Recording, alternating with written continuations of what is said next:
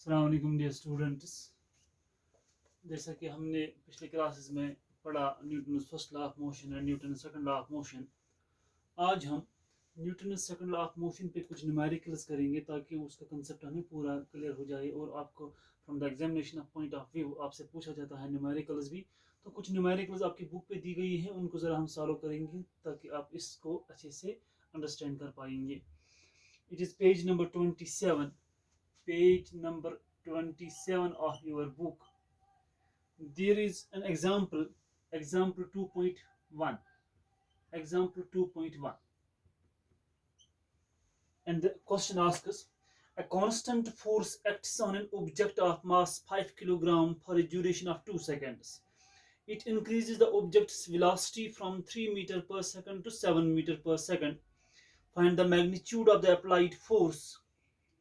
Now, if the force was applied for the duration of 5 seconds, what would be the final velocity of the object?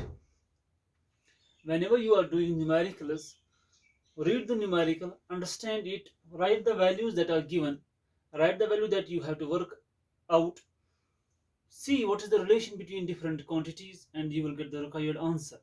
For example, a constant force acts on an object of mass. Mass of object हमें यहाँ दिया गया है, mass of object, it is given m, it is 5 kilogram, and for a duration of 2 seconds means time t भी दिया गया है for 2 seconds. It increases the object's velocity from 3 meter per second to 7 meter per second means initial velocity, इस force की वजह से velocity increase होती है from initial velocity u from 3 meter to 7 meter means initial velocity is 3 meter per second. Final velocity is v, it is 7 meter per second. So these are the values that are given from the question. Find the magnitude of the applied force. What we have to work out? We have to work out what is the magnitude of the applied force. इस force को हमने देखना है कितना force act होता है इस object पे, जिस फोर्स से वेलोसिटी इसकी इंक्रीज होती है फ्रॉम 3 मीटर पर सेकंड टू 7 मीटर पर सेकंड. हमने पता है, we know that from Newton second law of motion, we know that, हमारे पास पता है फॉर्मूला फोर्स का, F is equal to m into a. We are given the value of m. Acceleration का वैल्यू तो यहाँ नहीं दिया गया है, मगर वो टर्म्स दी गई है जिनसे हम एक्सेलरेशन निकाल सकते हैं. अगर हम इस एक्सेलरेशन के बदले, we know that acceleration is the rate of change of velocity, हम लिख सकते हैं v minus u divided by t. Just substitute the values. m 5, v 7 minus 3 divided by t, it is 2. That is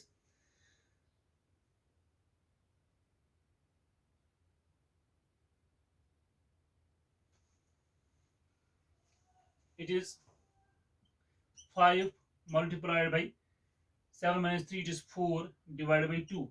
5 4s are 20 divided by 2, that is 2 10s are 10 Newton force. That will be the answer. So what is the magnitude of the force that increases the speed of the object from 3 meter to 7 meter per second? The magnitude of that very force will be the 10 Newton as calculated. इसी question में एक और part पूछा जाता है. Now if the force was applied for the duration of 5 seconds, अब अगर यही फोर्स 2 सेकंड के बजाय 5 सेकंड्स के लिए अप्लाई होता, तो उस सूरत में हमने बताना है what would be the final velocity then. तब जाके फाइनल वेलोसिटी क्या होगी. अगर हम इस क्वेश्चन को कंटिन्यू करेंगे, now if time is equal to 5 seconds, तब जाके हमने निकालनी है फाइनल वेलोसिटी कितनी होती. अगर क्वेश्चन में, ये दूसरा पार्ट है क्वेश्चन का, अगर टाइम अब है 5 सेकंड्स का, तब जाके हमने निकालनी है फाइनल वेलोसिटी कितनी होती है. यही फॉर्मूला हम और लगाएंगे. F is equal to m v minus u divided by t. Cross multiply कीजिए आप. F into T is equal to m v minus u। Value substitute कीजिए। फोर्स तो निकल गया 10 न्यूटन का, 10। टाइम है अब 5 सेकंड्स का, मास है 5 किलोग्राम का, v हमने निकालना है, final velocity, u initial velocity 3 already है, that is 5 10 are 50, 5 10 are 50 is equal to 5 into v minus 3। 5 को इससे डिवाइड, 50 ये 5 यहाँ लाएंगे, डिवाइड हो जाएगा, is equal to v minus 3, that is 5 10 are 50, 10 is equal to v minus 3, और v is equal to 10, इस 3 को यहाँ लाइए minus, that will be 7 metre पर second.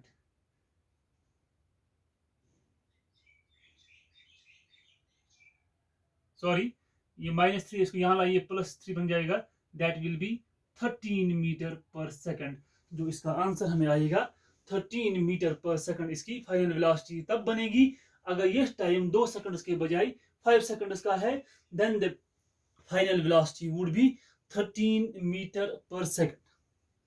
This was the first very numerical based on the Newton's second law of motion.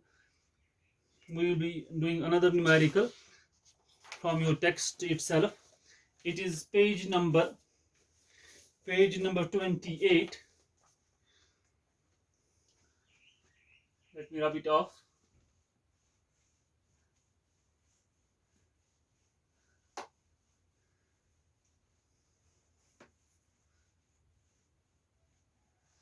It is also solved on your textbook. For your understanding, I have just done it once more. It is example page number 28, example 2.2. It is example 2.2. Listen. Which would require a greater force? Accelerating a 2 kilogram mass at 5 meter per second square, or 4 kilogram mass at 2 metre पर second square. यहाँ पे दो conditions दी गई हैं। पहला है m1, दो मास है, पहले ऑब्जेक्ट का मास है 2 किलोग्राम। अगर इसको एक्सेलरेट करेंगे एट द रेट 5 मीटर पर सेकंड स्क्वायर, ये दिया गया है a1। दूसरा है m2, जो m2 है, दूसरा मास है, दैट इज 4 किलोग्राम, उसको एक्सेलरेट किया गया है a2, that is 2 meter per second square. You have to work out which among the two requires a greater force. Accelerating a 2 kilogram mass at the rate 5 meter per second square or 4 kilogram mass at the rate 2 meter per second square. हम दोनों का force निकालेंगे। Suppose it is F1 is equal to M1 A1. Okay, because force is the product of mass and acceleration. That is m1, it is 2 kg, and a1 5 2s are 10 Newton. तो इसको accelerate 2 kg मास को at the rate 5 metre पर second square accelerate करने के लिए हमें कितना force चाहिए? 10 न्यूटन। अब यहां देखिए आप, F2 कितना होगा? That will B m2a2। m2 is 4 kilogram, a2 is 2, 4 2s are 8 Newton. तो ज्यादा फोर्स किसको चाहिए? ज्यादा फोर्स किसको चाहिए? पहले वाले ऑब्जेक्ट को, पहले वाले ऑब्जेक्ट को ज्यादा फोर्स चाहिए। तो हम लिख सकते हैं 10 accelerating 2 kilogram mass at 5 metre पर second square requires greater force than accelerating 4 kilogram mass at 2 meter per second square। तो उसको ज्यादा फोर्स लगेगा, इसको कम फोर्स लगेगा। This was your example 2.2. Another example, that is example 2.3. बड़ी सिंपल सी example थी, आपको समझ आया होगा। एग्जाम्पल 3.3 भी हम करेंगे बेटा। आपकी टेक्स्ट पे दिया गया है example 2.3 sorry 2.3 it is a motor car is moving with a velocity of 108 km per hour and it takes 4 seconds to stop after the brakes are applied. Calculate the force exerted by the brakes on the motor car if its mass along with the passengers is 1000 kg. A motor car is moving with velocity means initial velocity of motor car is initial velocity of motor car that is u. initial velocity हमेशा denote करते हैं हम u से कितनी है that is given in the question 108 kilometer per hour and it takes 4 seconds to stop. Brakes apply करने के बाद इसको 4 सेकंड्स लगते हैं ताकि स्टॉप हो जाएगी. जब स्टॉप हो जाएगी तो फाइनल वेलोसिटी क्या बन जाएगी फाइनल वेलोसिटी v जो है वो 0 बन जाएगी. जब ब्रेक्स अप्लाई होंगे स्टॉप हो जाएगी कार. ब्रेक्स अप्लाई करने के बाद 0 वेलोसिटी हो जाएगी इसकी. हमने निकालना है calculate the force exerted by the brakes. कितना फोर्स चाहिए इसको रोकने के लिए to stop the motor car. If the mass of the passengers along with the if the mass of the motor car along with the passengers is पूरा मास जो system का है बोर्ड का भी और along with passengers वो है 1000 kilogram. 1000 kilogram. देखिए बेटा हमने निकालना है फोर्स. मास का वैल्यू दिया गया है, इनिशियल वेलोसिटी, फाइनल वेलोसिटी और टाइम का वैल्यू दिया गया है. आपको निकालना है फोर्स कितना है. सिंपल सी बात है. पहले आप देखेंगे ये जो किलोमीटर पर आवर जो स्पीड है इनिशियल वेलोसिटी की इसको पहले हम चेंज करेंगे मीटर पर सेकंड में.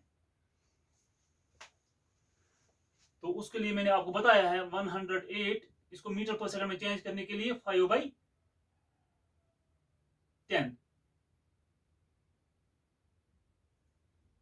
इट इज 1000 हो गया मीटर डिवाइड बाई 3600 हो गया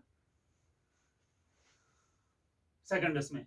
तो इसको जब आप सॉल्व करेंगे ये बन जाएगा. अगर इसको आप कैलकुलेट करेंगे the value will come out to be 30 metre पर सेकंड. 30 मीटर पर सेकंड.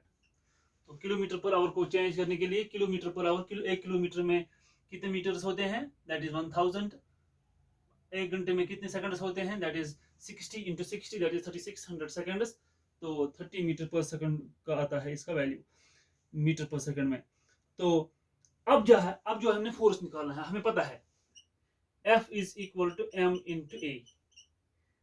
m a के बदले rate of change of velocity. m कितना है 1000 इंटू वेलोसिटी आप कितनी final velocity 0 minus initial velocity कितनी है 30 मीटर पर सेकंड डिवाइड बाय टाइम कितना है दैट इज 4 सेकंड्स.